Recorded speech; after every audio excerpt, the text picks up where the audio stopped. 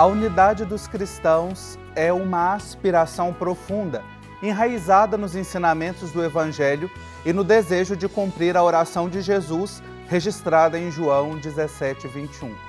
Para que todos sejam um, como tu, Pai, estás em mim e eu em ti. Que também eles sejam um em nós, para que o mundo creia que tu me enviaste. Em caminho rumo à unidade dos cristãos é o título do último capítulo da primeira parte do relatório de síntese que a gente está conversando aqui no programa.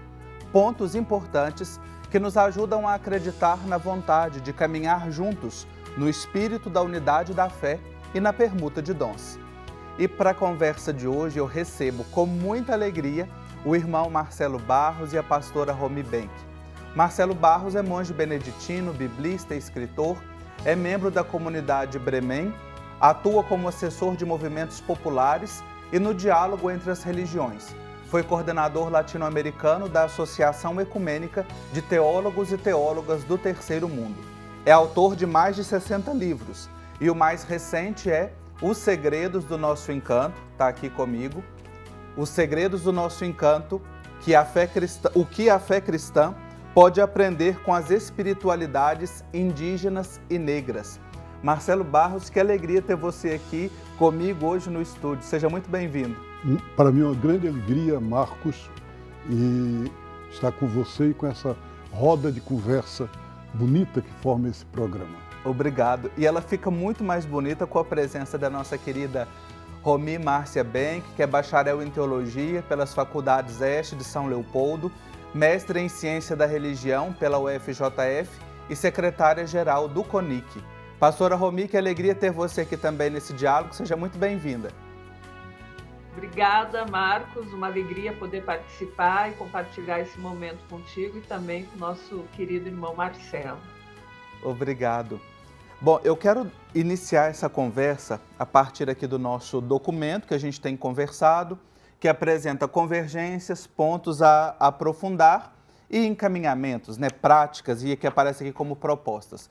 E uma das convergências do nosso relatório, irmão Marcelo, está no batismo, que é apresentado aqui no documento como sendo o princípio da sinodalidade e constituindo também o fundamento do ecumenismo. Como é que o batismo é considerado o fundamento do ecumenismo e de que maneira que ele contribui para a sinodalidade? No ecumenismo, no sentido de busca da unidade visível de todos os cristãos e cristãs, o batismo é uma base comum porque ele é comum a todas as igrejas. E, sendo comum a todas as igrejas, ele é também o sacramento da iniciação, quer dizer, ele é o processo pelo qual as pessoas se tornam cristãos e cristãs. E, nesse sentido, formam uma família única. O patriarca Tenógoras, que era o patriarca de Constantinopla na época do Concílio Vaticano II, ele dizia: nós temos muitas igrejas, mas o cristianismo é um só. Se o cristianismo é um só, então existe uma sinodalidade que permeia todas as igrejas cristãs, de tal maneira que o sacerdócio é baseado no batismo. E o sacerdócio chamado ministerial, quer dizer, os presbíteros, bispos, diáconos, eles são ministérios, eles são serviços a partir do batismo. Não pode desligar, senão você cai no clericalismo que o Papa Francisco está condenando e denunciando tantas vezes. Muito bom a gente voltar nessa fonte, e perceber aquilo que nos une, mais do que o que nos separa, aquilo que nos une, esse batismo como princípio da sinodalidade.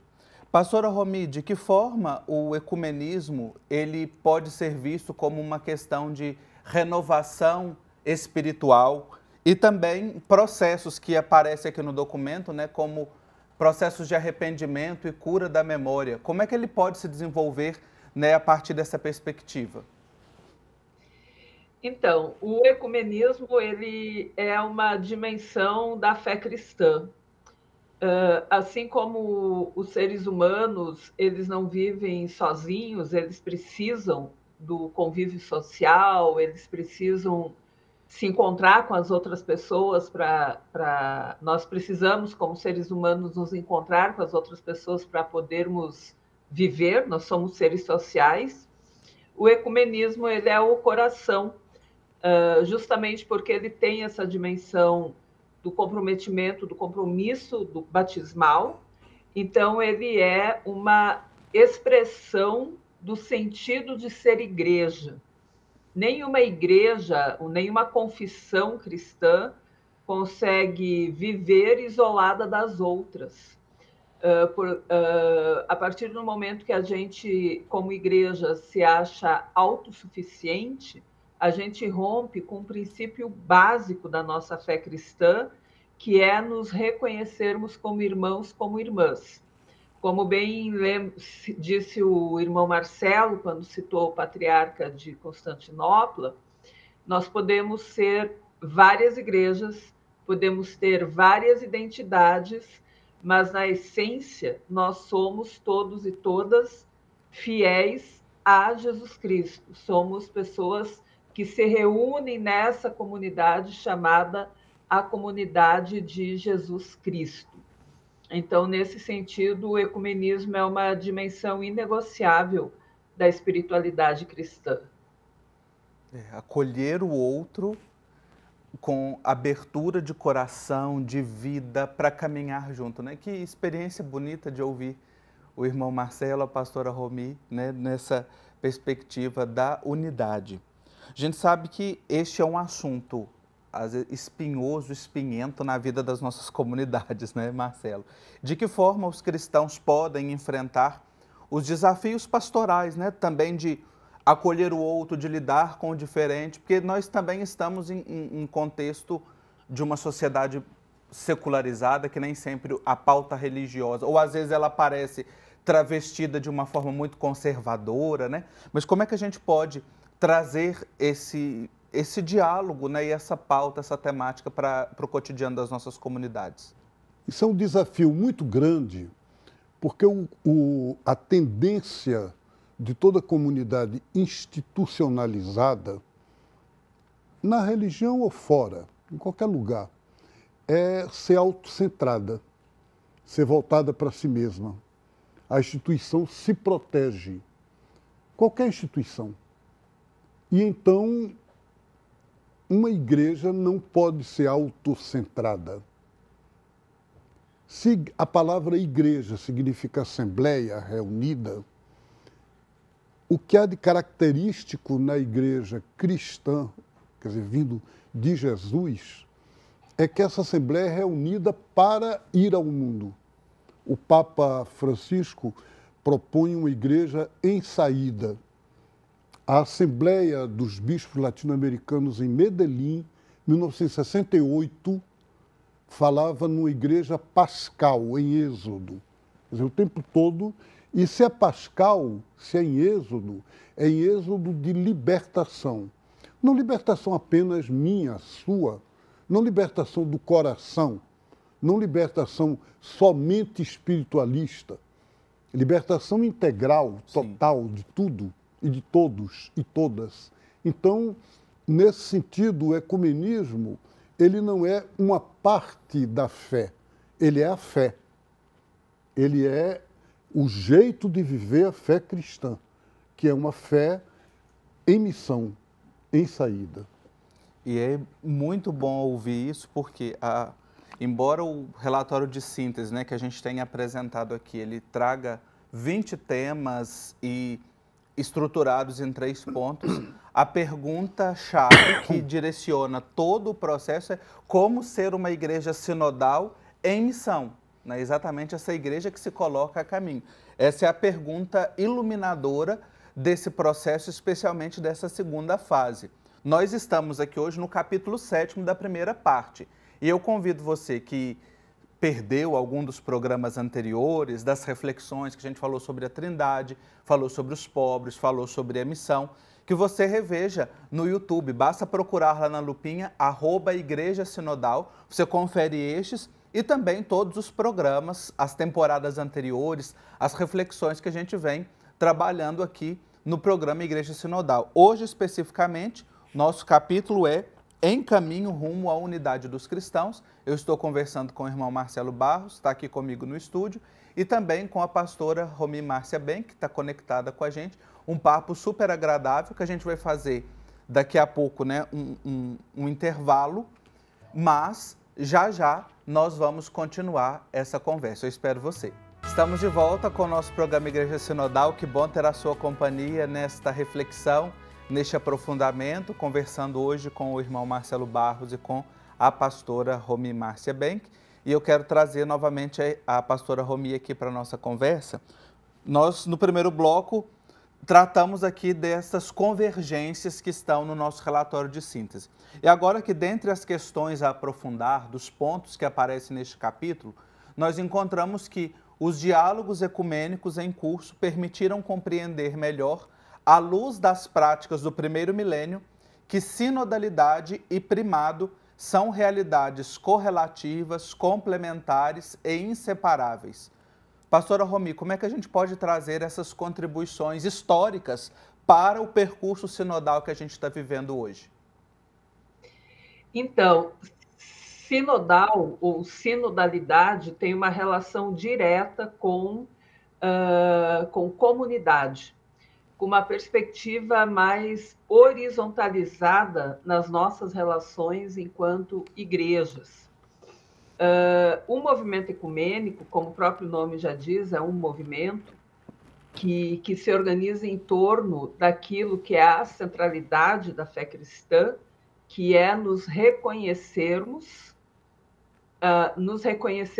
um em Jesus Cristo. Esse é o sentido do termo ecumenismo. Somos cada um e cada uma parte de uma mesma grande comunidade. Então, a sinodalidade ela tem uma relação direta com uma exigência da fé em Jesus Cristo, que é nos reconhecermos irmãos e irmãs. Podemos ser diferentes, podemos ter trajetórias diferentes, histórias diferentes, mas na essência nós somos um. E isso sempre superando qualquer diferença, qualquer espírito de superioridade que a gente possa ter. Nenhuma igreja é melhor do que a outra, nenhuma experiência de fé é melhor do que a outra, mas nós sempre podemos aprender juntos e juntas com as diferentes experiências. Então, a sinodalidade, ser sinodal, tem muito disso. Nos reconhecermos enquanto igrejas que são comunidades e comunidades ativas na missão.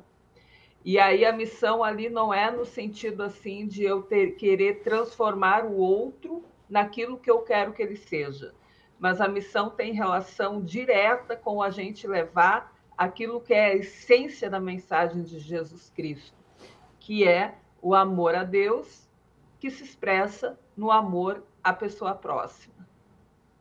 Bonito ouvir a pastora Romi trazer essa experiência da missão do ir ao outro, de viver o amor de Deus, de viver o amor com o irmão, porque também nos rompe, às vezes, uma dimensão, uma visão que a gente tem de uma missão muito colonialista, colonizadora, né? De querer chegar no outro para mudar, e aí você ignora aquilo que ele é, né? E o caminho que a gente está propondo é exatamente o contrário, de acolher o outro, porque nós somos importantes, os dois, os três, os quatro, todos e todas juntos. Um outro ponto, o irmão Marcelo, que traz aqui no relatório, que como questão a aprofundar, é importante a gente ajudar quem está em casa, que fala sobre a hospitalidade eucarística. Qual é a importância de examinar essa questão da hospitalidade eucarística à luz do nexo entre comunhão sacramental e comunhão eclesial? Eucaristia é uma palavra grega que significa ação de graças. Uhum. Ela é usada para as diversas igrejas no sentido da ceia de Jesus. Ceia é um lugar de comunhão, de partilha. A ceia é o sacramento mais universal de hospitalidade. Significa gente que vai à casa de alguém, imediatamente a pessoa pergunta, quer um cafezinho? Vamos tomar um... Oferece alguma comidinha, né? Uhum. A gente ali se come juntos, quer dizer, nós estamos em comum. Então, é um escândalo, é um apartheid uma igreja dizer só quem comunga é quem é católico. Evangélico não pode comungar. Ou nessa igreja, quem é da minha igreja, o outro não pode entrar. Isso tem como base o fato de que diz a Eucaristia é o sacramento da unidade. Então, a unidade não estando ainda realizada, aquela ceia seria mentirosa, seria falsa. Então, a base é essa. O argumento é esse. Só que, fazendo isso, é um ciclo vicioso. Nunca muda porque é quando chegar a unidade. Qual? A unidade a gente faz. A ceia de Jesus é sinal da unidade, mas é também ponte para a unidade. Uhum. É também a expressão de uma unidade a ser vivida. E, nesse sentido, ela é sacramento de uma partilha num mundo sem partilha. Nós vivemos num mundo em que, cada vez mais, uma pequena elite, mas mínima, possui equivalente à renda da metade da humanidade.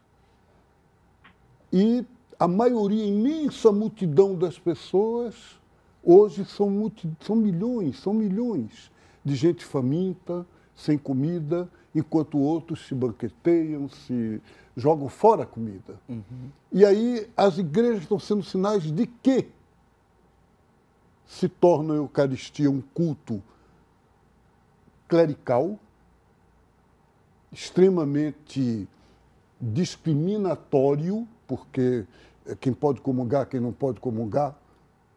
E a própria comunhão não parece ser uma ceia, porque as pessoas estão em fila um atrás do outro, muitas vezes de olhos fechados, recebe aquela partícula, não é? Uhum. E muito mais numa espiritualidade medieval que salientou a minha unidade com Jesus, mas separada da unidade com você. Então, é preciso voltar a essa unidade. É preciso voltar a uma hospitalidade em que todo mundo se sinta em comunhão. E Jesus é essa comunhão, é esse fundamento da comunhão na ceia eucarística, na ceia em casa, na ceia do mundo.